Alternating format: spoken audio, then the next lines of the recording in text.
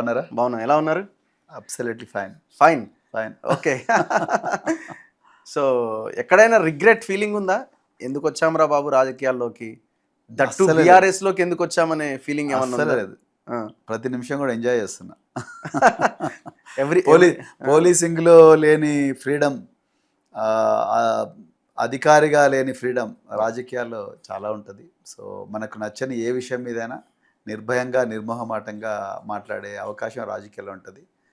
So ఎన్నో రోజుల నుంచి అణిచివేసుకున్న ఏదైతే ఏమంటారు బాధ కానీ ఇవన్నీ కూడా రాజకీయాల్లో చాలా చక్కగా చెప్పొచ్చు. సో అందుకొరకు నేను ప్రతి నిమిషాన్ని కూడా ఎంజాయ్ చేస్తున్నా. No so regrets. మీరు ఫ్రీగా ఉన్నది పోలీస్ జాబ్లో ఉండొచ్చు, అధికారిగా ఉండొచ్చు.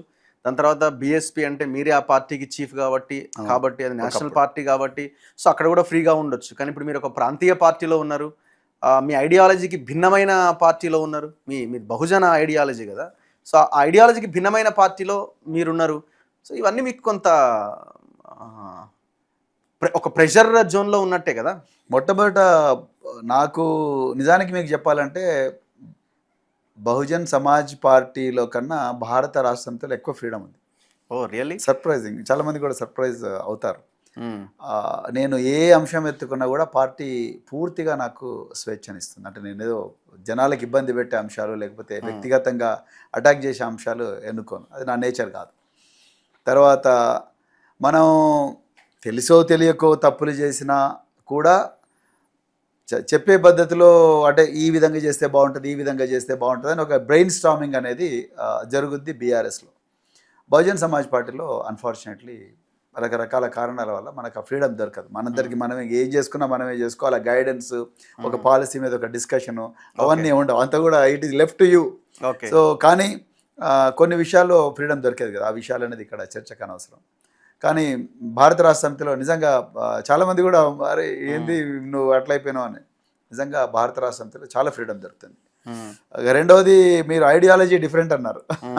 నాకు ఐడియాలజీ డిఫరెంట్ కూడా ఏమనిపించట్లేదు. అన్ని వర్గాలకు చేతనైనంత కాడికి, సో చేతనైనంత కాడికి అన్ని వర్గాలకు కూడా న్యాయం జరగాలనే దాని మీద చాలా డిస్కషన్ జరుగుతాయి. బయటి వాళ్ళకి తెలియని విషయం ఏంటంటే పార్టీలో లోపల ఏ వర్గాలకు ఏ విధంగా మనం ఈ ఫలాలు అందించడానికి ప్రయత్నం చేయాలి, మనం ఎక్కడ ఫెయిల్ అయినాం, ఎక్కడ అద్భుతంగా చేయగలిగినాం, నెక్స్ట్ వర్షన్లో ఇంకా ఏ విధంగా బాగా చేయాలి, ఇప్పుడు ప్రజలకు వస్తున్న సమస్యలు ఏంటి, వాటి మీద ఏ విధంగా కొట్లాడాలని మీద చాలా గొప్పగా డిస్కషన్ జరుగుతుంటాయి. అందుకొరకు నాకు బహుజన్ సమాజ్ పార్టీ నుంచి భారత రాష్ట్ర యొక్క ట్రాన్సిషన్ అనేది ఫస్ట్లో కొంచెం నాకు కూడా మీలాగానే అయ్యో ఈ పార్టీ ఐడియాలజీకి నేనుండే ఒకప్పుడు ఉండే పార్టీ ఐడియాలజీ కొంచెం డిఫరెంట్ అనిపించిన నాకైతే ఇప్పుడు ఆ ఫీలింగే లేదు. కానీ ఏ ఐడియాలజీ ఏమున్నా ఎంత వాళ్ళు ఐడియాలజీ మీద డిస్కషన్ పెట్టినా ఏం చేసినా మళ్ళీ ఆ ఫ్యామిలీ కోసం, కుటుంబం కోసం, వాళ్ళ అధికారం కోసమే కదా అని నాకు అనిపించలేదు. అదే నేను చెప్పబోతున్నా. నాకు వాళ్ళ ఈ రాజకీయం అంతా కూడా కేవలం వాళ్ళ కుటుంబం చుట్టే తిరిగినట్టుగా నాకు అనిపించలేదు. నేను మీకు ఓపెన్ చెప్తున్నా, దాచిపెట్టుకునేది లేదు. ఎవరి ముందర దాచిపెట్టుకున్నా మన తొలి వెలుగు రఘుముందర, మా మిత్రుడైన రఘుముందర నేను దాచిపెట్టుకోను. ఎప్పుడైనా మీరు ఇంటర్వ్యూలు చేసినప్పుడు నేను నాకు తెలిసినంత నేను నిర్మోహమాటంగా చెప్పిన. ఆ డిస్కషన్స్లో ఎక్కడ కూడా నాకు మన కుటుంబ ప్రయోజనాలే ముఖ్యం అన్న ఆలోచన కానీ నాకు ఆ సంకేతాలు కానీ ఎక్కడ కూడా కనిపించలేదు. ఇప్పుడు పార్టీలో మీ నెంబర్ ఎంత? నెంబర్ 1 కేసీఆర్, సరే మీరైనా ఎవరైనా చెప్తారు. So number 1 KCR, number 2 KTR, KCR ఆలోచనలో భాగంగా. నెంబర్ 3 హరీషా లేకపోతే ఆర్ఎస్ ప్రవీణ్ కుమారా? నేను నెంబరు 2 కాదు, నెంబర్ 3 కాదు, నెంబర్ 4 కాదు. నేను ఒక జనరల్ సెక్రటరీ అండి. పార్టీ నాకు జనరల్ సెక్రటరీ హోదా ఇచ్చింది. నేను పార్టీలో ఒక కార్యకర్తను అంతే తప్ప నాకు ఈ నెంబరే కావాలి, నాకు ఈ నెంబర్ కావాలని రాలేదు. నేను మళ్ళీ మీకు చెప్తున్నాను, నేను బీఆర్ఎస్ పార్టీలో జాయిన్ అయినప్పుడు నాకు ఈ పదవి ఇస్తేనే నేను జాయిన్ అవుతానని నేను జాయిన్ కాలేదు. నాకు ఈ పార్టీ ఆ రోజు సెక్యులర్ పార్టీగా కనిపించింది. ఇప్పుడుండే పరిస్థితి లోపల తెలంగాణ ప్రయోజనాల కోసం, తెలంగాణలో ఉండే అన్ని వర్గాల ప్రయోజనాల కోసం నేను బహుజన్ సమాజ్ పార్టీని వద్దనుకున్నప్పుడు నాకు ఉండే ఆప్షన్స్లో నాకు బెస్ట్ పార్టీ ఇది అనిపించింది. తెలంగాణ ప్రజలకు దీనివల్ల న్యాయం జరుగుతుంది అనిపించింది.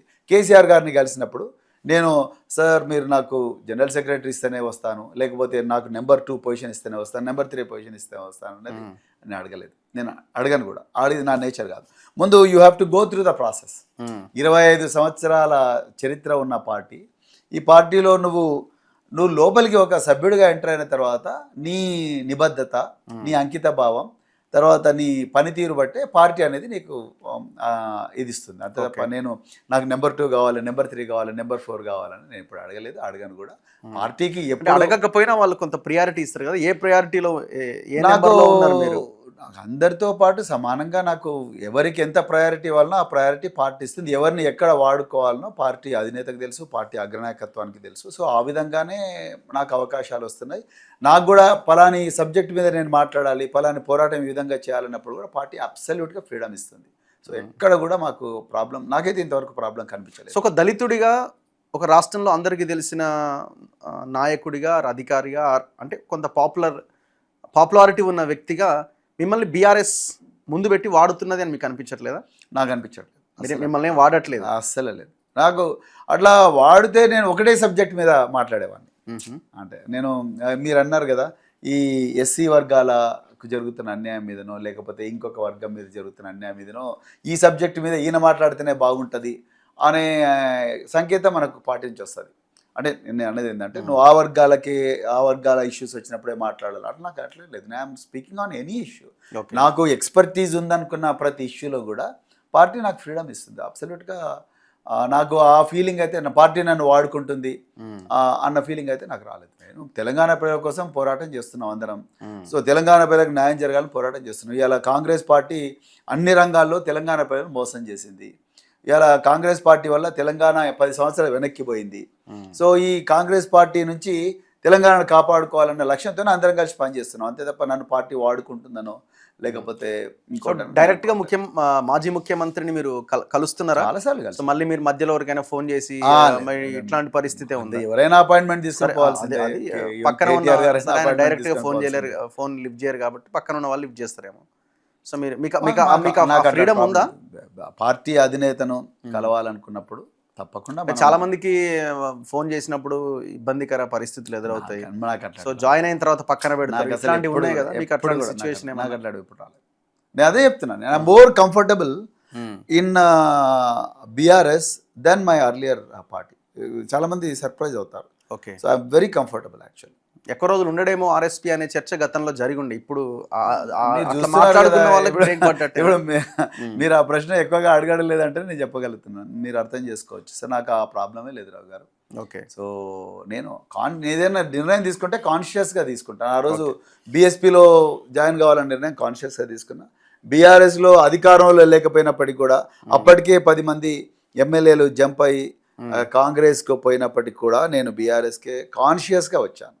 కాన్షియస్గా వచ్చినట్టే అంతే. నేను మళ్ళీ నాకు ఈరోజు అపాయింట్మెంట్ దొరకలేదనో లేకపోతే నాకు ఈ మాట్లాడే అవకాశం దొరకలేదనో లేకపోతే ఇంకేదో దొరకలేదనో నేను మనసు నొచ్చుకొని నేను పోయే వ్యక్తిని. అది ఇది ఒక జర్నీ. ఈ జర్నీలో ఎత్తుపల్లాలు ఉంటాయి.